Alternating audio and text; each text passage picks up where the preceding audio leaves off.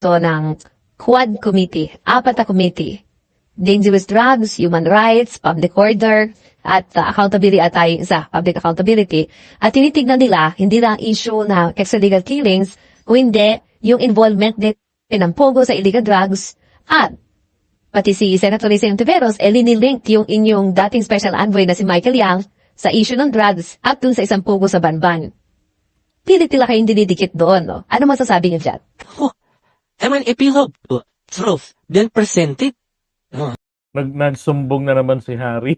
Do not make a general statement. You present truth so that I can bring it to the legal department. Kung may legal department ka, hindi ako DOJ. Justice. Or to the prosecutor where these things you may claim to have existed. Di ba feeling presidente? Tama po ba? Feeling presidente. Sabi niya, kung may ebidensya ba tungkol dun sa paglilink sa kanya at kay Michael Yang dyan sa Pogo? Sabi niya, so kung meron kayong ebidensya, ilabas nyo. Latag nyo ebidensya nyo para madala ko sa Justice Department. Kako! Talagang feeling mo, kaya pala FPRRD, feeling President Rodrigo Roa Duterte pa rin. Kaya pala, FPRRD. Di ba? Grabe. Dalhin daw niya sa DOJ. Kala niya presidente pa rin siya na inaakusahan. Ay, nako. At with prosecute, yan ang dapat. Do not just be puro dal-dal-dal-dal, wala namang mangyari. You're not paid just Na wala namang mangyari. Sinabi niyo rin yan noong kay Kibuloy eh. Di ba? O yun, nakarating na tuloy sa korte. Kayo nagpahamak, hinamon nyo ang Senado. Ayun, umabot ng korte. Sabi nyo, dalhin dun sa proper court because Senate is not a proper court, a proper venue for this. It is a venue for political harassment. O yun.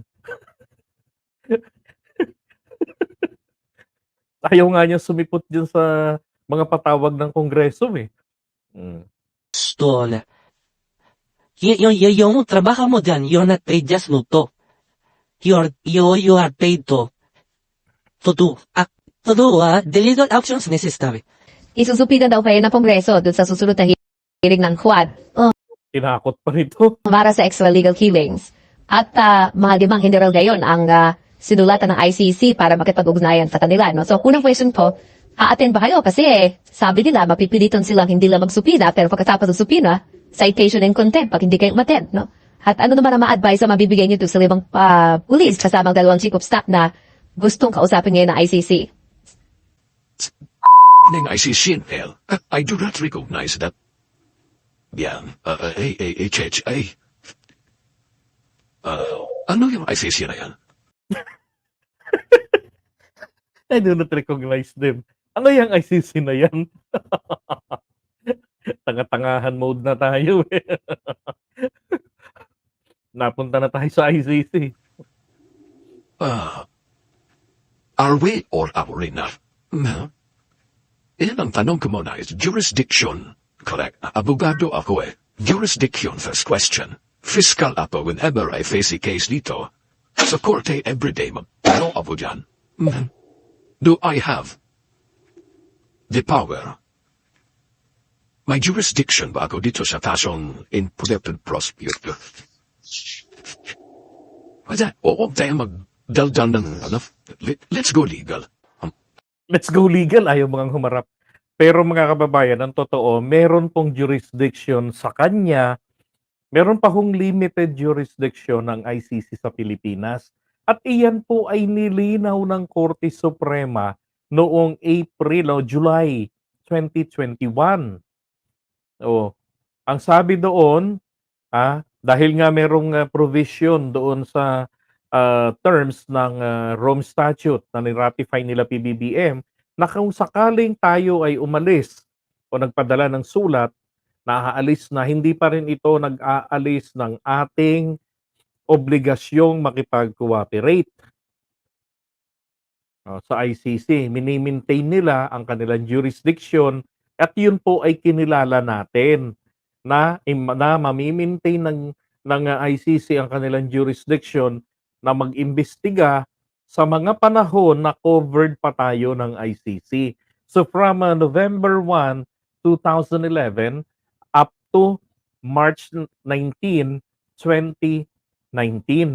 Hanggang doon po ang coverage doon. Kaya sabi ng Korte Suprema, makipag-cooperate ang gobyerno sa anumang proceedings na nasimulan ng ICC. Bakit nga po kaya ayaw itong banggitin ng mga abogado ng full moronics? ICC? Ano? ICC, oh. Yan, diyan siya magaling. You. Karaming nangyayari sa mundo. Masakir dito, masakir doon. Pati yung Amerikano, ilang ang pinatay. Ano ang ginawa ninyo Diversionary na naman. mga ICC kayo? Mga karaming injustice, karaming violence, senseless. Walang karason-rason. Dito nangyayari. Especially perpetrated by the Americans. Dito nangyayari, perpetuated by the Americans. Sige nga ho. Anong mga krimen ang nangyari dito perpetuated by the Americans? Wala kayong ginawa. Kayo mga Europeans, imbento ninyo yan eh. You go after yung mga post-colony. Yung colony ninyo, yung tapos yung pumalik, medyo nang galit kayo. Kasi hindi na inyo yun, ninahabol ninyo. Kaya daw ginawa yung ICC para habulin ng mga European nation ang mga former colony nila. Kaya pala ako minakita ako ng isang comment ng isang araw, sabi, yung ICC gawa-gawa lang yan ng mga dilawan. Sabi ko, di ba tinanong ko yon? Kanino niyo po nalaman yan? Kanino po ninyo natutunan yung sinasabi ninyo na yan ay gawa-gawa lamang ng mga dilawan? At sino po ba talaga ang dilawan? Baka ako or maybe obviously we are not on the same page. Pagdating po sa dilawan, sino-sino ang dilawan? Kasi si Duterte dilawan eh. Cory Aquino appointee yan. They are under the same political party. Di ba? PDP laban. Oh. Founders, kaaway ni Marcos. Si Duterte, magaling lang itong mangagat ng mga kasamahan. Manuklaw. Yun. Kaya, akala natin, kalaban niya talaga mga dilawan. Talaga namang pala, dilawan rin naman pala talaga siya.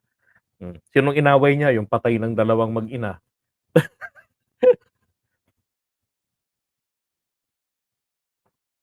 Ay, nako. So, iwan natin muna to.